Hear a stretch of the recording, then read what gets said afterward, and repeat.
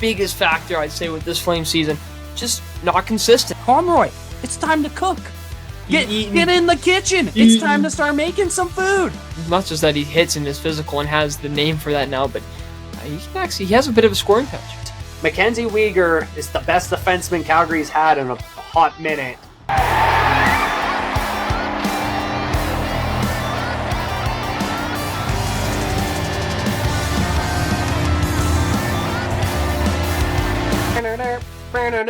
Boom! Welcome back to the Puck and Stuff podcast. Sorry we've been gone for a hot minute, boys, but today is season 4 of Flames Talk. So technically we've been doing it for 3 seasons, but we did it halfway through one season in our first year, so we technically just bumped it up to 4. So welcome to season 4 of Flames Talk. I am B-Dog as always. Beside me as always as well is T-Dog. T-Dog, how are we doing today? You know, man, we're living the dream. We're repping the Kelowna Rockets jersey here. I mean, It's Flames talk, but I needed an excuse to wear it. And I'm thinking, okay, Backlund, 1,000 games. He was on the Rockets. Ryan Huska coached that team for a minute. Tyson Barrie, Flames legend, also was a Kelowna Rocket. Probably a few more, I don't know, but that's the excuse for it. So feeling pretty good. About this season, though, good question. Ups and downs. It's a roller coaster. We should have expected it. How are you doing? I'm doing pretty well on this side. I'm super excited to get back into Flames Talk, but we do have some problems because, A, we never did Flames Talk before the season, and we also haven't talked about the last 12 games in the NHL season for the Flames yet. So I think how we should start this off is, what were you expecting before the season started? Did you still have no expectations like you were saying before in the last one? Or was there a little bit of expectation there? Well, what's kind of funny is how the team's playing right now is kind of what I expected. Going into this season, really it was, okay, let's look at the goalie tandem. We know that Wolf is going to finally get starts, so we'll see how he plays. Vladar, we know that he's a good goalie. I feel bad for him because his save percentage is absolutely screwed because of how bad our team is. The dude actually is a really good goalie. So, kind of I was thinking that goalies would, carry us to a few wins. Definitely a 500 team. Not bad enough to tank for James Hagens or Roger McQueen, but not good enough to make the playoffs. I was thinking you probably see steps with Pospisil, Zari too. Really hoping for Coronado as well. I didn't really know what to expect about the defense. It was kind of a new core, right? Because you add Bean, Pahal, Ball. I thought it was kind of funny that I guess you add Barry too, but I think it's kind of funny that you have all these defensemen in your roster. It's like playing with them. I just don't see the purpose of it, Same with Joel Hamley. So I'm guessing someone gets traded out come deadline. But really, just mediocrity, because what else would you expect? So I think we're kind of getting that. But, I guess the start of the season was pretty fun. Yeah, for sure. And, so for my kind of opinion, before this season even started, I finally kind of jumped on the bandwagon with T-Dog over here, being like, you know what? No expectations. No expectations for this team, because from season 3, I gave my expectations of, hey, this team could maybe do something and turn it around if it wants to, but I wouldn't have been that mad if we suck. So going into this next season, seeing with all the trades that happened last year, all the signings, and us having a lot of cap space going into this season, I was like, okay, no expectations. I'm ready to suck. I'm ready for this rebuild. We got the new arena's coming along perfectly the way we want. Going to get in 3 years. And I was like, let's go for a tank. This is the best time to tank. But then I also saw some stats saying that, there's 4 first-round picks from Calgary playing this year. You looked at Zari, you looked at Matt Coronado. There was potential that Jacob Peltier could come in the lineup, but he's down with the Wranglers, killing it right now, by the way. And there was a few others I can't think of the top of my head that are playing really well that were first-round picks. Oh, sorry. Also, Hunzik. Samuel Hunzik also had a start this year. He did come off of an injury, but he got sent back down to the Wranglers for Coronado. I'll get into that in a minute. But my expectations for the season were no expectations. That is the safest place for a Flames fan right now, with no expectations going into the season, right? So we started off with the first 6 games. We started off in Vancouver, which was a very bad first period, but we came back out and won in OT. Our second game was our home opener against Philly. I love the memorial that they did for Johnny Gaudreau. I love to see that. So we win that 6-3. Battle of Alberta in Edmonton. Edmonton had a very rocky start. We win that 4-1. Then we come back home for Chicago 3-1. Then our first loss of the season was an OT against the Kraken. And then our final game that we're going to talk about right now is against Pittsburgh. We won in a shootout 4-3. So, T-Dog, we obviously were 5-0-1 to start the season. I would like to just hear your thoughts on that part so far. Well, that start was entertaining. What you saw was a team that, you can tell that they're not really playing with any expectations. Like we keep saying here, take a shot every time we say expectations. Everything was kind of clicking, right? You have Mantha clicking with Huberdeau. Huberdeau's actually looking decent. Yeah, he's actually getting some opportunity. Even saw in this game today. And so that was always a good sign. The goalies looked well. Really kept us in. Battling back, too. The new additions to the team, too, you can tell actually have some sort of impact. I think Lomberg, to me, is one of the best examples. You can tell he's a great glue locker room guy, but, man, he's absolutely just trying to kill anyone when he's fighting them and is aggressive on the puck. I'm liking that. As well, too, I thought the defensive game in those few games were all right. Like, they were better, but, a lot of neutral zone problems. But here, let's go to a con here. The power play looked terrible. Zone entries were just disgusting. I think there still are. But that was another thing to think about. But it was fun to see some of these games. When I think back to the Canucks one, because that comeback was just a team, just playing with a little more tenacity in the last few periods. The Flyers game, that was a good team win. Same with that Oilers win. The Blackhawks game, you probably only win that because of the Blackhawks. Kraken game, thanks Kadri for that. And then the Penguins game, Wolf getting that shutout was pretty solid. So that was pretty exciting to see. Those first 6 games really didn't give me much change though on my look on the team. I was, internally excited because I'm like, oh wow, look how this team's doing. Party was like, oh man, hopefully they can get a wild card spot out of this, but you start losing a few games, reality kicks in that no, you need to rebuild. Don't. I'm okay with losing. Don't overreact right now. Don't overreact. Yeah, and everyone was overreacting. Well, everyone, it was like the Flames. Whoa, and most people were like, well, just wait. Yeah, just wait. Well, because I kind of instantly thought that after the 5th game, because I went to go watch Calgary versus Chicago, and one key point I noticed out of that, Wolf pulled a very strong performance against them, and Matt Coronado did too. So when they called him down to the minors, I was frustrated because I thought in the last 3 games that he played before that call down, he played spectacular. He scored 2 goals against Chicago. He was always the first guy on the puck in the offensive zone and being aggressive on it. And that's what you wanted to see from rookie players like him, especially as Flames fans right now. So seeing that from him was great, but then you lost that momentum from him when you send him down to the minors. And I get it because the Flames are low on centers right now and you need guys like Hunzik.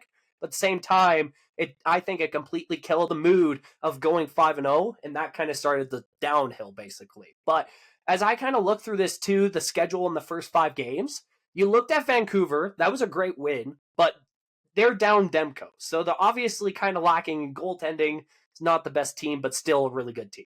Flyers are pretty mediocre. Oilers are off to a bad start this season, so that was a lucky win. Chicago. The Kraken are looking good, so I can understand that loss. And Pittsburgh's looking mediocre, and that was a back-and-forth game, so that could have been a win or a lose situation. And I also got to say, out of the first 5 games I loved the most, out of the first 6 games that I loved the most, was the Anderson stare down at a random away fan in the stands. It was hilarious. You saw it at least every time he scored. You saw him stare down an opponent fan, and it was awesome. We loved it as Flames. That Jets one was hilarious because the girl, she's just chuckling. Everyone's just laughing. No, I think my favorite was against Pittsburgh when Anderson was staring down. That guy. And his buddy was joshing him. Yeah. That one was hilarious. He brought a sick jersey, though. That Lemieux. Lemieux yellow. That's a rare jersey. That was pretty cool to see.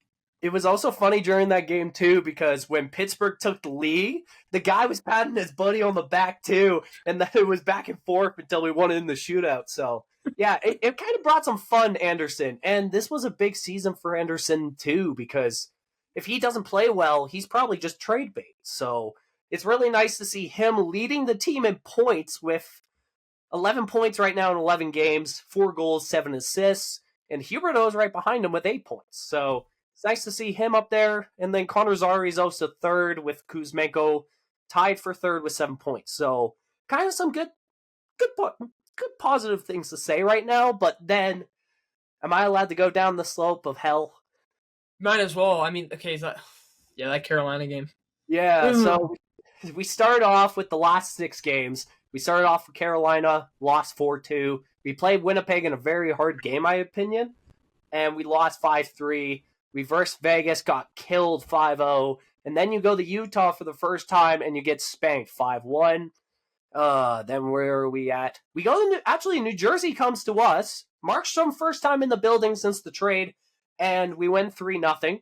So Vladar gets his first shutout of the season. And then tonight was the Battle of Alberta. We just lost 4-2. So, T-Dog, we're kind of on a down slump right now, and it's looking like a rebuild again. So, I would like to hear your thoughts on what's going on through your head on this team. So, all of these games prove me one thing. To me, the Carolina one was the one that I really thought about it, because just watching Sebastian Aho, we don't have a deal-breaker player, and it's definitely affecting us. I'm just thinking about some of these games we're losing like by a goal or two, and it's like, in those moments where you need a clutch goal, who's going to be there, right? Yeah. And, you're hoping that someone like Coronado is going to become a player like that, but it's just not his time yet. Yeah, second year in the team. Yeah, so that's been something. That Carolina game was just trash, man. That was a garbage game. Both teams deserve to lose, to be honest. But still, when you got players that can actually take over a game, proof in the pudding there. Vegas game, yeah, there's nothing. These games that we've been getting smoked out and just dominated on the score sheet, they're not playing the style that they should be. I've noticed a lot of the goals this season have been from the point, either a tip or deflection or a screen. So a defenseman shooting that puck, right, and it just finds a way into the net. And that's how you're going to have to do it, because you don't have people who can, like, McDavid the puck in the net. So some of these games where we're losing significantly, it's never been on the goalie. The goals have looked great. Honestly, Vladar, again, his save percentage doesn't actually show how good of a goalie he is, in my opinion. I would say same with Wolf too. But it's like this lazy play that you see from the forwards. I'm glad Huska's benching players like Pospisil right now, just taking absolutely stupid penalties. You can't, again, happen again. Pospisil didn't control his stick in this Oilers game. Smacks, was it Arvidsson? No, it was Hyman. I can't remember which player it was now. Or it was Ekholm. And then, boom, power play goal. And then you lose the game because of that. So that's a thing. And then the defense, too. You can tell the defense is not what it used to be. Too many open slots. It's just not good structure. There's some things to work on for sure. And that's what we're realizing. We're very much a mucky middle team. Like, keep saying it every single year, but it's true. Just not good enough to absolutely dominate, not bad enough to get dominated all the time. Well, you're right, because I feel like the biggest losses we've had were to teams that are obviously top 15 in the league for a reason, right? So it's nice that we're being competitive with mediocre teams, I guess, to make it compelling hockey to watch. But what we're just proving to ourselves right now is we can't compete to a top 10 team at all. So yeah, it's definitely kind of different for us right now to kind of watch Flames defense right now, because if you look at, like I said, Anderson's been performing well, Uyghur's been performing pretty all right for a defenseman, but other than those guys, there's nothing impressive on the D-line anymore. Like, no, Nate Bean hasn't been that impressive. I haven't seen much by Kevin Ball. Like, it's kind of ugly, but when you have I think Ball's fine. I'm sorry. I'm very whatever with this defensive core right now. There's some players I'm kind of like, you can get traded. I don't care. Well, yeah, exactly. So I think the only positive I can take out of it is Wolf is looking very strong at home when he plays in net, And Vladar is kind of doing all right. He's not doing too bad. He's definitely improved since last season compared to how he is this year, but I don't know. Other than that, there's not a whole lot of positives to take from this. I mean, it's nice to see Huberdeau putting up points again. Zari's looking promising as always, but other than that, I hope just some of the AHL guys do well, honestly, in my opinion. I That's think all I'm hoping. the Justin Kirkland thing was fun, but now where do you put him? Because Sharon Govich is back and he wasn't playing today. I can't remember, was Kirk playing against the Devils? I wasn't able to Yeah, watch. I think actually no, I think it was a healthy scratch because Sharon Govich came back for that game. So Yeah, and so right, I totally forgot about the Kirkland thing. That was fun. That was which fun is for a fun. bit. Yeah, we're missing a center. I feel nice to get a centerman, but why? Well, because there's been also a lot of talks that Conroy's looking for like a top 6 center at a young age, and I'm like, if you really want that, you're gonna have to give up some stuff, right? So I'm kind of concerned. I'm kind of concerned if we actually do decide to trade for a centerpiece. Same time, I'm like, this team could really use it. We're back into the situation we were last year, just mucky middle. And I feel like in the next span of the next few games, it's going to look really ugly because if I just pull up what the next 6 games are going to look like, so the next 3 games are away. We're in Montreal, we're in Boston, and we're in Buffalo. Then we come back home and we versus LA. We go back to Vancouver, and then we end it off with Nashville in the next 6. So that's some pretty top contender teams, except maybe. Oh, okay. Let's be honest; they're all 500. I'll say this about this. So Montreal, they're kind of like us. Yeah, Um, way younger, way better. some of the games the youth are taking over, and you can tell that there's a lot of excitement. Boston's struggling right now, so maybe you can take advantage of that. Buffalo, kind of in the same spot as whatever. Up in the air. Won some of their last games. LA, probably lose that one to be honest. Yeah, Because it's a division rival. Vancouver, you never know. Nashville, I mean, they've been somewhat struggling too. It could be worse, but yeah, the thing is, this team is inconsistent. What team are you going to get now is what I'm seeing. If you're going to get they played a decent game against New Jersey. Do you get that team? Or do you get the team that just stunk against Vegas or Utah? Yeah, but like looking at the standings here quickly, those teams, so Boston, right? Like, it's funny because I mean they're 500, but they're in the wild card spot. But they probably should be better than what they are. Yeah. But then the other teams that you're playing, Buffalo, Montreal, aren't in a playoff spot, and then it was Vancouver, of course, is in the playoff spot. This is too early to say playoff spot, but I'm just trying to give you the idea. Yeah. Nashville, right? Struggling immensely, but winning some games right now. They are 4-5-1 in their last, so they're pretty much at the Flames now. Yep, 4-5-1. Yep. So, yeah, depends on what the team you get, but yeah, really, this team is just mediocre, and I don't really have any expectations. Them losing tonight, I was like, screw it, but I don't really care because what you keep winning some games, and then you just disappoint me with another 5-game losing streak. Yeah. Just maybe squeak in the playoffs or not. I'm just here to have fun, right? I'm just here to watch a game, right? If I go to a live game, I'm just here to watch it, just to analyze it because I don't got really any emotions in seeing if this team makes it far because it makes no sense. This team's not good enough. That's why I see it. Yeah, you're 100% right. There's no true expectation really at the moment, sadly enough. But now I'm kind of worried that if we keep kind of doing this and we don't fall to a top 10 pick, we're going to lose our first round pick. So imagine if we're 11th and we lose that option because he would be like a stud. It will happen. Yeah, it's same thing would have happened with Noah Dobson. So that's what kind of scares me right now with, we're doing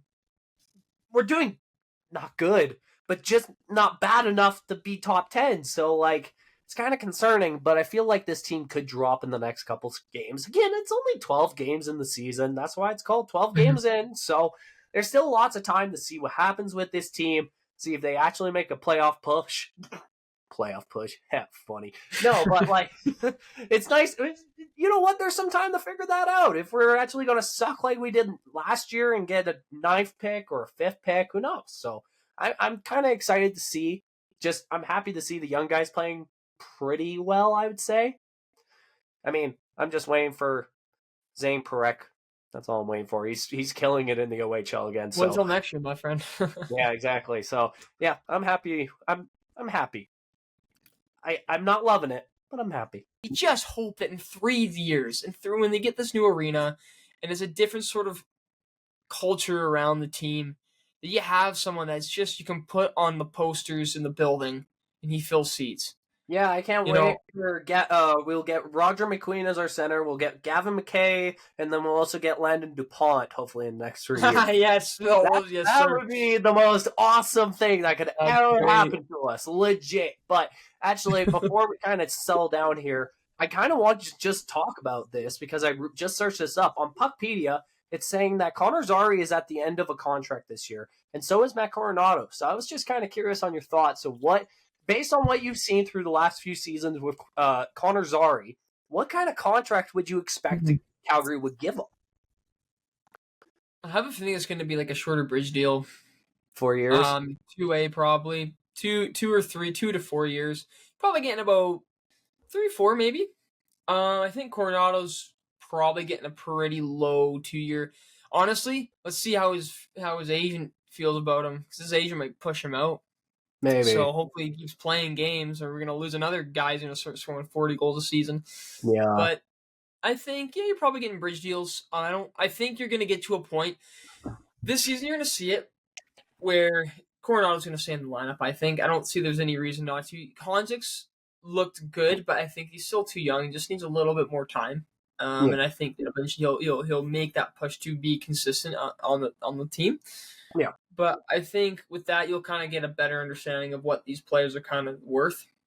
Yeah. But I really am thinking that you're probably getting around 3 to 4 for 2 years for Zary, and I would say 2 for 2 and 2 for Coronado right now.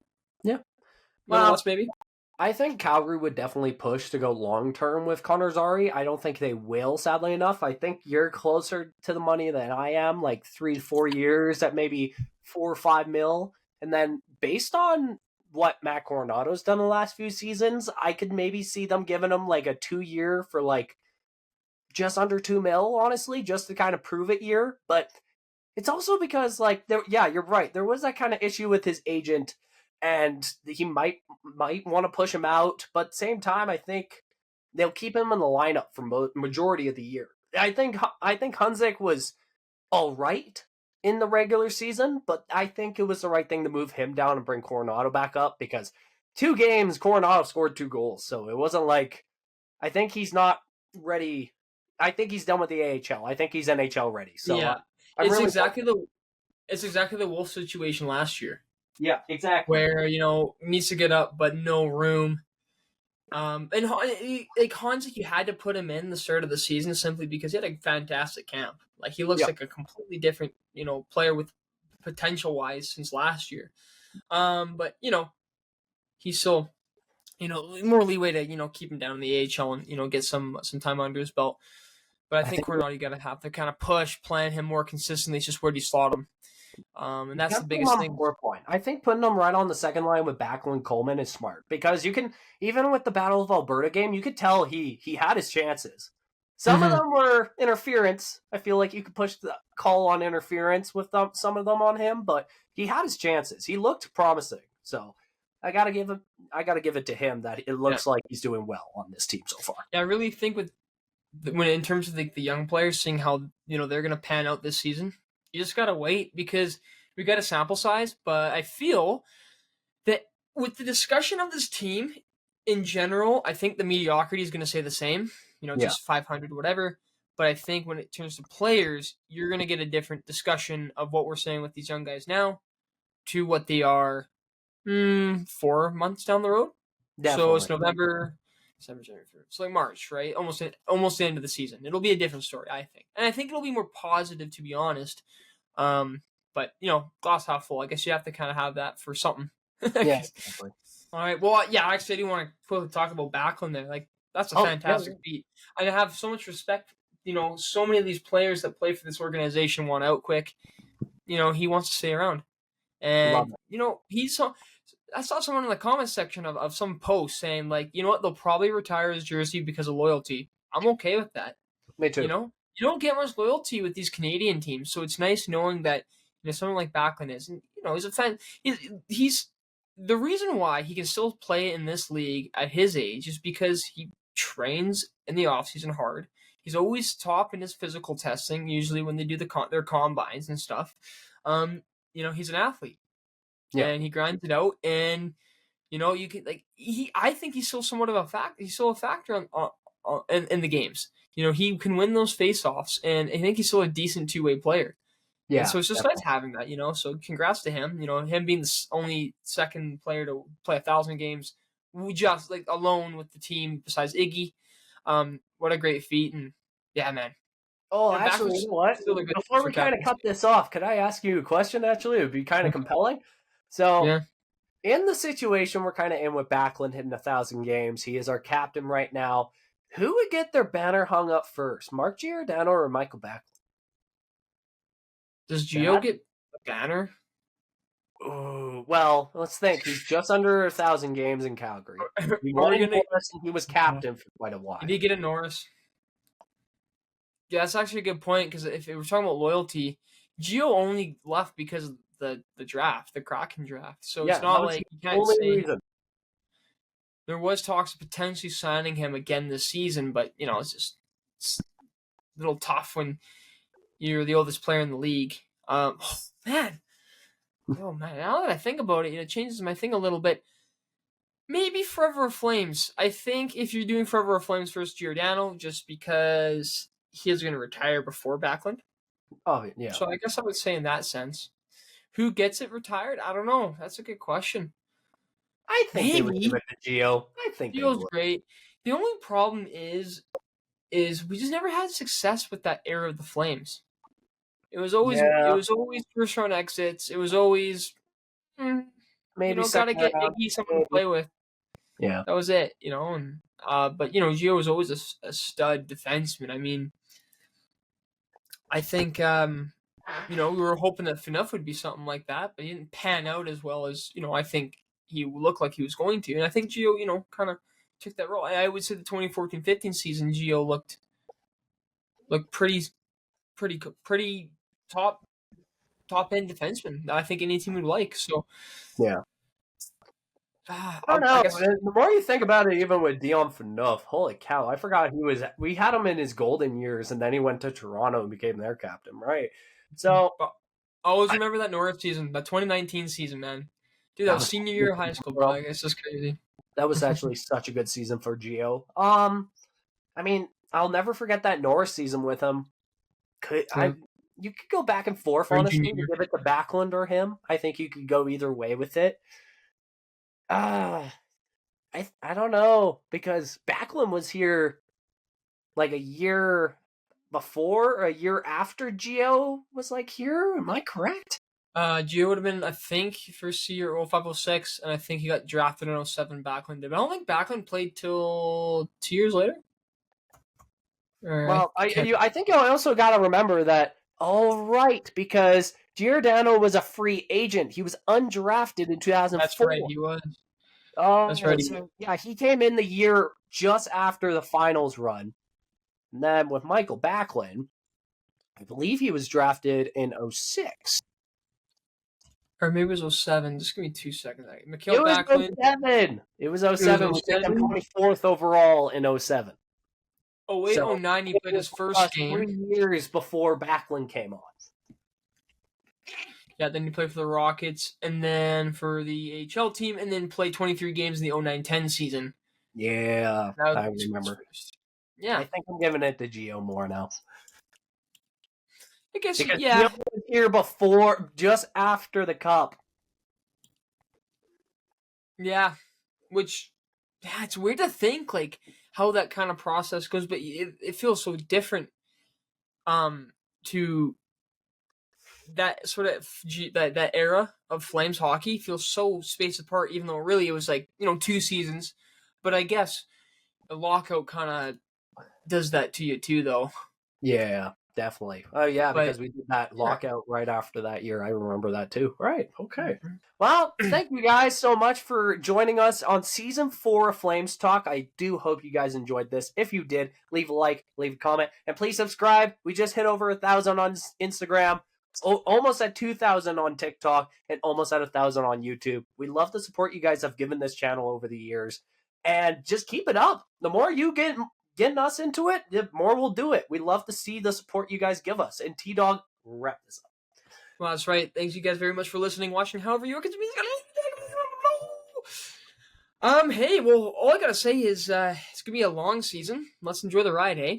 But question for you guys for today: which Flames player is kind of your underrated player per se? Or maybe another question would be: who's the most outstanding player in your eyes per se? Because I feel like it could be kind of different between how you're kind of watching the team this year. Oh my! But pretty much, just gonna be a whole lot of I don't know. Because that's how I feel about this season so far. But hey, it's been fun. Keep it No going. expectations. Let's And go. that's right, baby. All I can say is let's hope we still keep our first round pick this season. Anyways, boys, good talking to you. We'll see you in the next one. Take care. And remember, stay frosty. I don't know. All right, take care. Peace. Peace.